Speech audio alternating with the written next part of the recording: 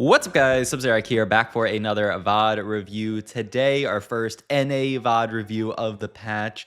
We've had, a few hours for the patch to kind of germinate, for it to make sense through regions like Japan and Korea, and honestly, things are looking a little bit unbalanced. I would say my chance of a B patch is quite high up there. I feel like we are very likely to see a post from Mort today or tomorrow saying that they're going to B patch, because there are a few things that are out of line. Mostly good stuff, but I did the double word thing again.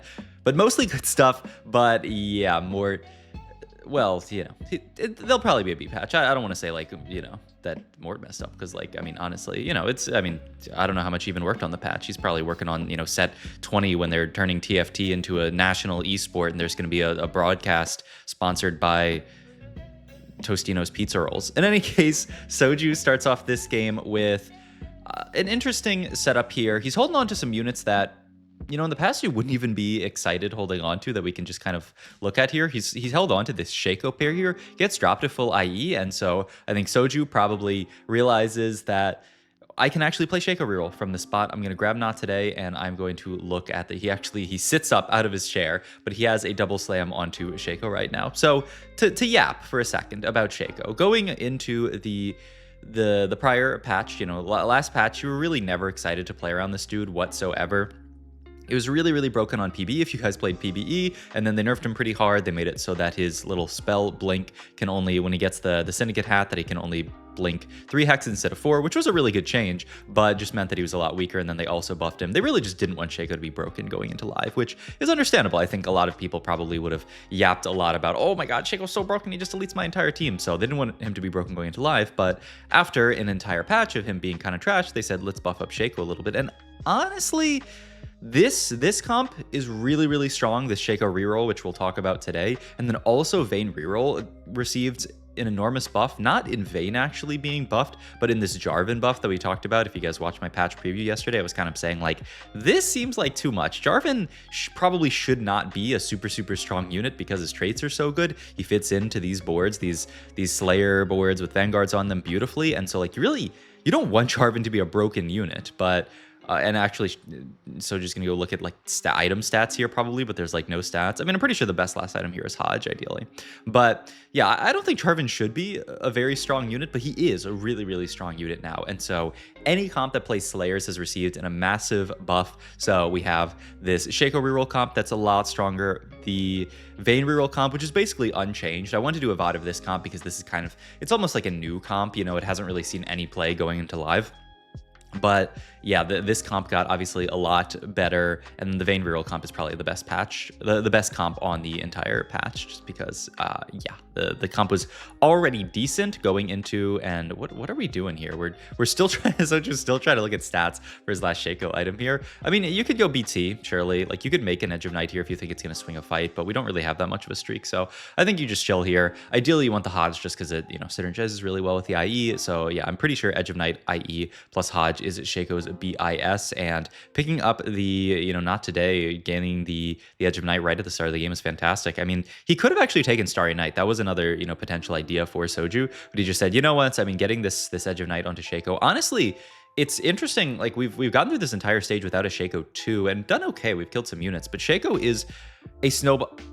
Am I in? Okay, he finally is going to do it. Okay, and he's looking at unit stats here, and he's just saying that he's trying to figure out what board you play. I mean, you play a bunch of Slayers and you play some Vanguards. It's not that crazy, and some Syndicates. Like, yeah, but this is a comp where you need to get kills early on for Shaco to scale. Look at this. This is a great fight for us because we actually clear everything. Get our 2 loss and a 3 win here. This is actually a fantastic start from Soju. It looked a little sketchy, but now we have our 3 Shacos at this point. I'm curious actually how he does his rolling this next stage really.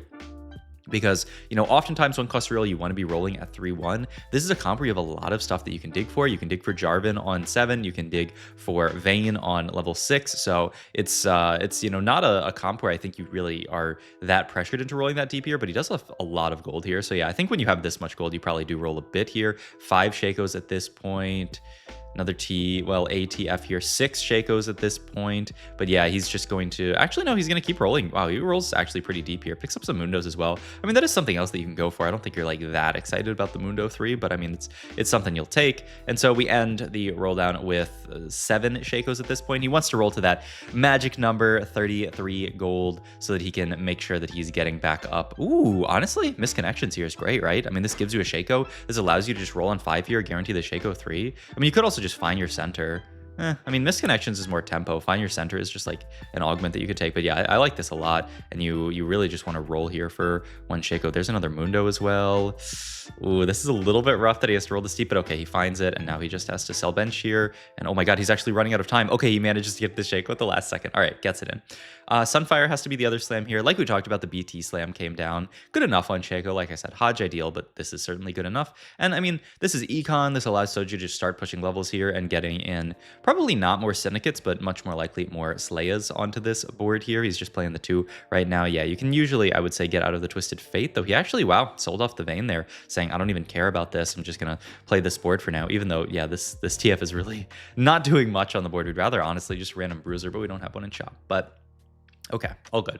In any case, now we can just sit and watch this Shaco pop off. Shaco received a buff. So, like, Shaco himself got buffed, which is part of the reason why this comp is kind of back into the meta after not really existing last patch. And then we still haven't hit the other part that's really, really broken, which is the Jarvan. So we're waiting to hit that. If we can get to a Jarvan 2, or, I mean, in our dreams, a Jarvan 3, though it's a little bit hard to roll for, like, 1 cost and 3 costs. But, I mean, if we can get there, we will be over the moon in this spot. I mean, I wonder, like, Redemption is ideally the take there if you want to make an item. I'm not that hyped about Redemption. I kind of want to look for like a duo carry item. You can look for like Vayne items relatively, easily. We are throwing all these units around. Soju is so hyperactive, man. But okay, we just get rapid fire on this board. I mean, it's a little awkward, but I mean, Soju not one to, play bad TFT. He's just going to play his strongest board here. Once again, because it's so important to win these fights, you really want to be winning stage 3. If you're not winning stage 3 with this comp, you are not going to be very happy, which is why you kind of need to, I mean, that's why the misconnections was so good, allowing him to get to Shaco 3, because you need to be scaling this stage. If you're like losing stage 3 on 1 cost reroll, you're going to feel really bad, because you're going to make it to stage 4, and stage 4 is when you're going to start to fall off. You need to be kind of like power trough wise. You need to be like, it's okay to lost streak stage 2 if you want to, but you really need to start winning stage 3 and like spiking at least at the latest end of stage 3, and then like, beginning of stage 4 you're pretty strong, and then you start to level off towards the end of stage 4 and early stage 5. And so you got to be winning these fights, and Soju is winning these fights. He's got a 4 streak here, so good play by Mr. K3 Soju here, allowing himself to keep that 4 streak and just gonna start pushing levels, digging for more Slayers and other stuff to play. Like I talked about, like, a 5 Syndicate is not something that I think you're very likely to play for. It's a little bit more stats, but I mean, you really don't care about the Syndicate buff very much. I think it's quite likely that we're going to cut this TF and that we're going to play, more vertical Slayer and just going to play the 3 Syndicate here. I think that is the standard way to play the setup, though. We are getting a lot of AP items, which is going to be a little bit awkward here. We'll see what we end up actually doing with them, get some more gold here. Really just need a Slayer here to play. I think, yeah, he's really just rolling for a Slayer. And now it feels bad that we cut that Vayne earlier, because, oh my God. I mean, okay, we finally pick up the Senna here so we can play this, but yeah, it was actually pretty. I mean, we still got to make gold. Yeah, he can make Shojin. I believe the statistics on Shojin on Senna are quite bad, but I mean, in a pinch, you'll make it. It's TFT. Sometimes you have to make, not amazing items. But yeah, we lose to this Zeri player here, which already starting to see, like, when people are hitting their 2-star 4 costs, our Shaco is going to fall off a bit. Now, this guy is pretty strong. They're 92 HP win streaking, so like, not that crazy that we lose that, but just showing how the kind of like power curve of a 1 cost reroll comp works. All right, Augment here. Can't imagine it's Pandora's big friend. What is he thinking? Pandorazing? I mean, I guess that would allow you to hit your other 3 stars. He's really considering it. I guess the idea is that he does already have a big friend. He can big friend the Shaco, I guess. It's an interesting idea. I was just thinking of like wanting some kind of combat augment here, but I guess Big Friend is kind of a combat augment, and this can allow us to dig for our 3 stars, which I guess is what he wants here. Yeah, he's gonna sit on 7, and that's why he also didn't feel too bad about digging deep there on 7, is because he wants to sit 7 for a long time and just play for all the 3 stars. Also, this is so smart. Hold on to the Fiddlesticks pair here, because we would much rather roll a 2-star 3 cost than a 1-star 3 cost. So roll your other 3 costs and then hold the fiddlesticks here to potentially, roll them. That's, just a way to optimize Pandora's bench. So yeah, we do find the Senna too, which is nice. Yeah, he's like, I need to cut this guy, honestly, and just get like anything in over it. Obviously, the board fits a little bit better next level because you can then start fitting stuff either like 4 Vanguard or ideally 6 Slayer, but we'll see what we end up actually getting to for Mr. Soju here. We're still missing, Vayne and I had it in my head and then Zed. Yeah, we're missing Vayne and Zed if we want to play for the 6 Slayer setup, which I imagine is going to be our max cap, but we'll see what we go for. Still kind of awkward stuff open. I guess you could make like a Morello, right? You have the Rod open and like you would like to get system heal cut this game. You got Cloak open too, which could be something decent. I mean, I think you'll take the Morello if you... Oh, actually, no, he already has Sunfire. He ends up taking belts. Belts for the other thing, right? This is Evan's Shroud here. I would imagine, I guess you could go something else if you really want to, but even Shroud looks pretty good to me. So yeah, forgot we already got the Sunfire slammed. So still then we're left. I mean, this is so awkward that our components here are Archangels, because I mean, we're never really building Archangels in this spot. I mean, we'll just have to wait for some Senna items to appear. Maybe like a Gunblade and something else. Yeah, I mean, maybe we can live with that. But yeah, I mean, the nice thing about taking this Pandora is that I didn't really consider is, I mean, there is so much power in hitting stuff like a Jarvan the Third. So we might as well actually go for Jarvan 3, like we might as well play for the Pandora's bench, allow us to hit our 3 stars and then, use that. And then we pick up another Jarvan here. We can hold on to another Senna. And I mean, there's a lot of stuff to dig for as well. We get to dig for the Braum 3. Yeah, I mean, it's kind of an interesting comp. I was watching Soju actually play the other version today, the Vayne reroll version, and he was slow rolling on 7 because his thought is, I need to, like, hitting Vayne 3 is great, but I have all these really important 3 costs to hit. It's almost like a 3 cost reroll comp that, you can play for Vayne if you end up in a spot for it, but you don't really want to. But yeah, this is exactly what I was talking about. We won at early stage 4 and then start to fall off late stage 4. And that's the other nice thing about rolling. Wow, that is a shop and a half. But this is the other nice thing about picking up Pandora's bench is it allows you to cap out higher than if you would just play the kind of standard setup where you're just playing for Shaco. You really need to tempo Shaco really hard if you're doing that. But in this setup, we can use the Pandoras here to hit our 3 stars and use that to cap out really highly. He rerolls his items there. If you guys haven't seen that little trick, here, let me go back real quick actually, because it is worth mentioning. So we pick up the green orb here that has the Pandora's components in it. If you want these components to reroll, swap the slots that they're in. If you don't want them to reroll, leave them in the exact same slots. You kind of have to like activate them. I learned this in a Brosif tweet, by the way. Go follow Brosif. I will probably forget to put his Twitter in the link down below, but he's been tweeting a lot of really, really good, just informative TFT stuff. But yeah, if you want these to reroll, then move them to different slots and then boom, they reroll. So cool little info there that doesn't exist in the game. By the way, another info that doesn't exist in the game, I retweeted it and I also posted in my Discord, but did you guys know Anima Squad? It scales, the damage scales with the star level. We hit 6 Slayer here, by the way, was what we were talking about. We get this in. We're going to be forced to make a Guinsoo, aren't we? Yep, we're just forced to make Guinsoo here and then chill out for a bit.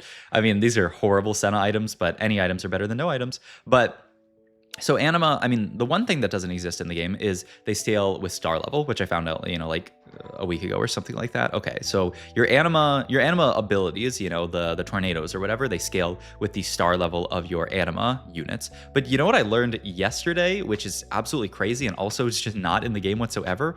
It scales with the star level of your alive Anima Squad units. So if you like have some of your like less good Anima Squad units and they die, you lose power on your Anima abilities. It's actually like crazy that one, that information is just like not anywhere in the game, and two, that's just how that works, because I don't think we've ever had a trait that works like that. But I remember I had a climb the ladder Anima Squad game where I was like sacking my bad Anima Squad units and just letting them die early, and I'm thinking back to that like, oh, I shouldn't have done that, man, I'm trolling.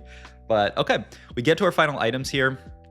Yes, I know we make Last Whisper Even Shroud. I know it's not perfect, but Soju's doing this thing called, like playing pretty good TFT, where he just slams good enough items, Also, oh my god, what is this setup here from Crushings? He's one off Koboko 3?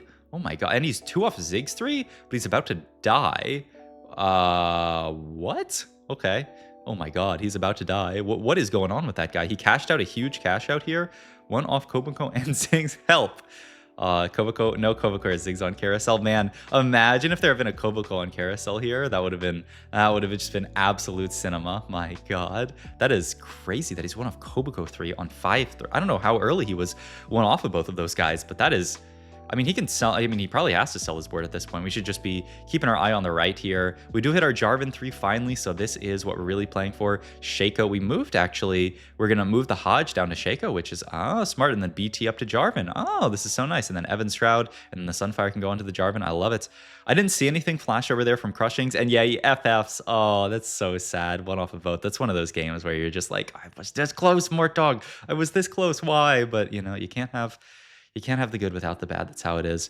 Damage dealt here. Shaco, the Senna, and then Jarvan actually dealing like not amazing damage. But I mean, the other nice thing about him is he's not even just a damage dealer, right? He's also a giant tank with the buffs to his shield. Like he does it all now. And I mean, honestly, we are just throwing random tank items onto him. So you probably can't expect Jarvan to like solo carry with these items. But he's really tanky. I mean, just look at this Jarvan casting, getting a huge shield here. He's going to take some damage, cast, get another huge shield, and he's doing decent damage here. I mean, yeah, this Jarvan guy does it all. He didn't even die here. Dealt more damage than the Senna 3 there. I mean, yeah, this Jarvan unit is simply disgusting. All right, well, now we're just rolling for the Z2 and looking to push level 9 for... He's looking at, I guess, the Viego on this board, just get Golden Oxen. Yeah, oh, he's going to play it for one round. Just so that we have the opportunity to pump Golden Ox once, right? Yeah, so smart, tiny little optimization here, but now the Golden Ox kind of unlocks here, so now you can pump and get a Golden Ox stack, which is nice, and boom, we got +1 Golden Ox stack, so genius mode for Mr. Soju. We could either take a TG or just a Vow or Adaptive here to finish out our Braum items. He's gonna opt to take the TG here because it is a Z2 6th layer, and like, who really cares about having more tank items for Braum at this point? We probably need more damage on our board. I think we're good on tankiness with the big friend and everything, so yeah. Fighting an interesting little LeBlanc reroll setup that kind of gets destroyed by us. I mean, cool idea, I guess, but maybe not cool enough. And we're cruising at this point, 37 HP, destroying the rest of the lobby with just this 6th layer. I mean, yeah, the Shaco 3 just kind of allowed us to get a ton of tempo in the early game, allowed us to pivot then into playing for Jarvan 3 Senna 3, which is really like the max cap of this board, or just one max cap. I'm gonna break myself of the habit of doubling the words I say, I swear. It's also, this guy ended up playing a kind of like Slayer Vanguard reroll setup because they, you know, were playing for Vayne 3 with the Rast hero augment, or I guess it's not Viego. What is the name of that unit? Oh my God. Whatever. I don't play League of Legends. I'll think of it. Kayn. Yeah, it turns Rast into Kayn. But like, man. Oh, we picked up a Vayne too. Very cool. Right after that guy dies, the Vaynes go back in the pool, I guess. But all right, so one more fight to go against this guy who is just kind of a capped, like a Felios type board. They're not Golden Ox, are they? I'd be excited if they were, because that's another comp that I want to do a VOD review on. But we shall see. 1, 2, no, only the 2 Golden Ox. They're really just playing like Fast 9 Aphelios type stuff, which is kind of interesting. Not a comp that you see very often, but I mean, maybe with good reason. By the way, this Shaco doing a ton of work. Garen trying to carry. Garen actually doing a good job carrying. Oh my God. And we get jumped on by Zach. Garen dealt 13,000 and Zach dealt 12,000. Oh my God. Okay, well, we can take a Divinicore spat here. I'm not sure why. I mean, I guess just to get some Divinicore stats, the Omnivamp to our team. I mean, it's something, I guess. It's a tiny bit. I don't know. I would have much rather just taken a regular item onto Braum, I guess, but maybe there's something I'm missing here. Okay. Well, in any case, we just have to... Our positioning is a little bit hard to swap. We want to make it so our Shaco can potentially blink to backline here. We have him same side as Aurora, which is not, like, ideal. We'd much rather him same side as the Aphelios, though honestly, we kind of have to get through this front line first. We kill a lot of guys, but oh my God, these... Oh, wow. Okay, and they're dead. I actually thought we were gonna lose that fight, but then just the Senna cast, the Senna cast deleting stuff, and then the Shaco popping over and deleting everybody just clears the board, and it is a first from Mr. Soju on Shaco, Jarvan, Senna, and I guess Braum as well reroll. So yeah, I mean, this comp I'm pretty sure is just insane. I think if you get any spot to play Slayer reroll, you should absolutely take it. Vayne reroll is very, very good as well, and I got some other comps that I want to talk about in tomorrow's video and future videos. We'll see if there's a B patch. I will, you know, cover it if there is one. If not, then I mean, we'll play the cup or the trials on this patch this weekend. I imagine there'll be a B patch, but the problem is there's not that much time between the trials and now, so they really need to be patched like tomorrow at the latest, ideally. So we'll see. All right, thanks everyone for watching. As always, I will If you like the video, please like, comment, subscribe, check out my Twitch, my Metafy, all my other links down below, and I will see you guys in the next video. Thanks for watching. As always, do I say that twice in every outro? Maybe that's where the twice. Okay, goodbye.